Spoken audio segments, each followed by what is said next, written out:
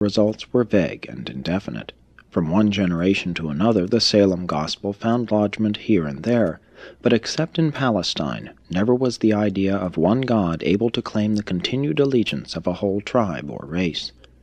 Long before the coming of Jesus, the teachings of the early Salem missionaries had become generally submerged in the older and more universal superstitions and beliefs. The original Melchizedek gospel had been almost wholly absorbed in the beliefs in the Great Mother, the Sun, and other ancient cults. You who today enjoy the advantages of the art of printing little understand how difficult it was to perpetuate truth during these earlier times, how easy it was to lose sight of a new doctrine from one generation to another. There was always a tendency for the new doctrine to become absorbed into the older body of religious teaching and magical practice. A new revelation is always contaminated by the older evolutionary beliefs. 8. Departure of Melchizedek. It was shortly after the destruction of Sodom and Gomorrah that Makaventa decided to end his emergency bestowal on Urantia. Melchizedek's decision to terminate his sojourn in the flesh was influenced by numerous conditions, chief of which was the growing tendency of the surrounding tribes, and even of his immediate associates, to regard him as a demigod, to look upon him as a supernatural being, which indeed he was, but they were beginning to reverence him unduly and with a highly superstitious fear. In addition to these reasons, Melchizedek wanted to leave the scene of his earthly activities a sufficient length of time before Abraham's death to ensure that the truth of the one and only God would become strongly established in the minds of his followers.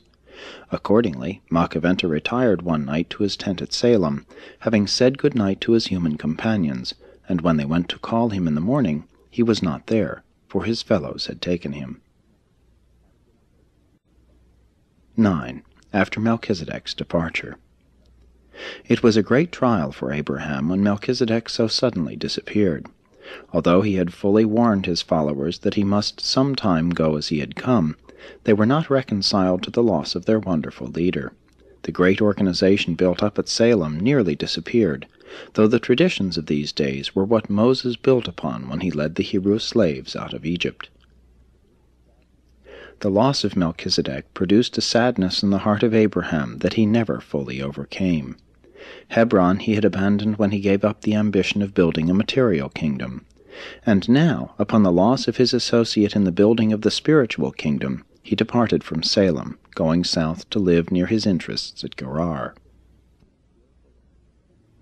Abraham became fearful and timid immediately after the disappearance of Melchizedek. He withheld his identity upon arrival at Gerar, so that Abimelech appropriated his wife. Shortly after his marriage to Sarah, Abraham one night had overheard a plot to murder him in order to get his brilliant wife. This dread became a terror to the otherwise brave and daring leader. All his life he feared that someone would kill him secretly in order to get Sarah. And this explains why, on 3 separate occasions, this brave man exhibited real cowardice. But Abraham was not long to be deterred in his mission as the successor of Melchizedek. Soon he made converts among the Philistines and of Abimelech's people, made a treaty with them, and in turn became contaminated with many of their superstitions, particularly with the practice of sacrificing firstborn sons. Thus did Abraham again become a great leader in Palestine. He was held in reverence by all groups and honored by all kings. He was the spiritual leader of all the surrounding tribes, and his influence continued for some time after his death. During the closing years of his life, he once more returned to Hebron, the scene of his earlier activities, and the place where he had worked in association with Melchizedek. Abraham's last act was to send trusty servants to the city of his brother Nahor on the border of Mesopotamia, to secure a woman of his own people as a wife for his son Isaac. It had long been the custom of Abraham's people to marry their cousins, and Abraham died confident in that faith in God which he had learned from Melchizedek in the vanished schools of Salem. It was hard for the next generation to comprehend the story of Melchizedek. Within 500 years many regarded the whole narrative as a myth. Isaac held fairly well to the teachings of his father and nourished the gospel of the Salem colony, but it was harder for Jacob to grasp the significance of these traditions. Joseph was a firm believer in Melchizedek, and was, largely because of this, regarded by his brothers as a dreamer. Joseph's honor in Egypt was chiefly due to the memory of his great-grandfather Abraham. Joseph was offered military command of the Egyptian armies, but being such a firm believer in the traditions of Melchizedek and the later teachings of Abraham and Isaac, he elected to serve as a civil administrator, believing that he could thus better labor for the advancement of the kingdom of heaven. The teaching of Melchizedek was full and replete, but the records of these days seemed impossible and fantastic to the later Hebrew priests, although many had some understanding of these transactions, at least up to the times of the en masse editing of the Old Testament records in Babylon. What the Old Testament records describe as conversations between Abraham and God were in reality conferences between Abraham and Melchizedek. Later scribes regarded the term Melchizedek as synonymous with God. The record of so many contacts of Abraham and Sarah with the angel of the Lord refers to their numerous visits with Melchizedek. The Hebrew narratives of Isaac, Jacob, and Joseph are far more reliable than those about Abraham, although they also contain many diversions from the facts, alterations made intentionally and unintentionally at the time of the compilation of these records by the Hebrew priests during the Babylonian captivity. Keturah was not a wife of Abraham. Like Hagar, she was merely a concubine. All of Abraham's property went to Isaac, the son of Sarah, the status wife. Abraham was not so old as the records indicate, and his wife was much younger. These ages were deliberately altered in order to provide for the subsequent alleged miraculous birth of Isaac. The national ego of the Jews was tremendously depressed by the Babylonian captivity. In their reaction against national inferiority, they swung to the other extreme of national and racial egotism, in which they distorted and perverted their traditions with the view of exalting themselves above all races as the chosen people of God, and hence they carefully edited all their records for the purpose of raising Abraham and their other national leaders high up above all other persons, not excepting Melchizedek himself.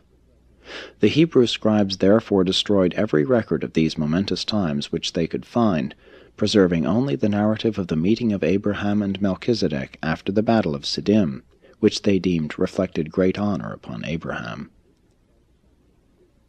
And thus, in losing sight of Melchizedek, they also lost sight of the teaching of this emergency son regarding the spiritual mission of the promised bestowal son, lost sight of the nature of this mission so fully and completely that very few of their progeny were able or willing to recognize and receive Michael when he appeared on earth and in the flesh, as Macaventa had foretold. But one of the writers of the book of Hebrews understood the mission of Melchizedek, for it is written, "This Melchizedek, priest of the Most High, was also king of peace, without father, without mother, without pedigree, having neither beginning of days nor end of life, but made like a son of God, he abides a priest continually." This writer designated Melchizedek as a type of the later bestowal of Michael, affirming that Jesus was a minister forever on the order of Melchizedek. While this comparison was not altogether fortunate, it was literally true that Christ did receive provisional title to Urantia upon the orders of the 12 Melchizedek receivers, on duty at the time of his world bestowal.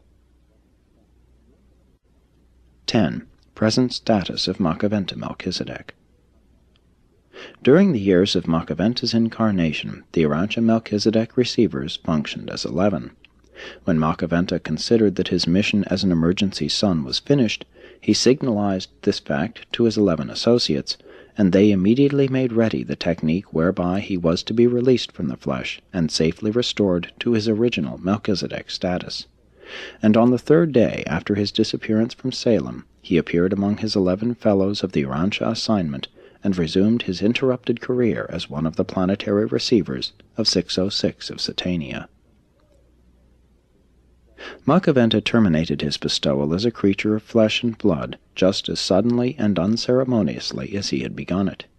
Neither his appearance nor departure were accompanied by any unusual announcement or demonstration.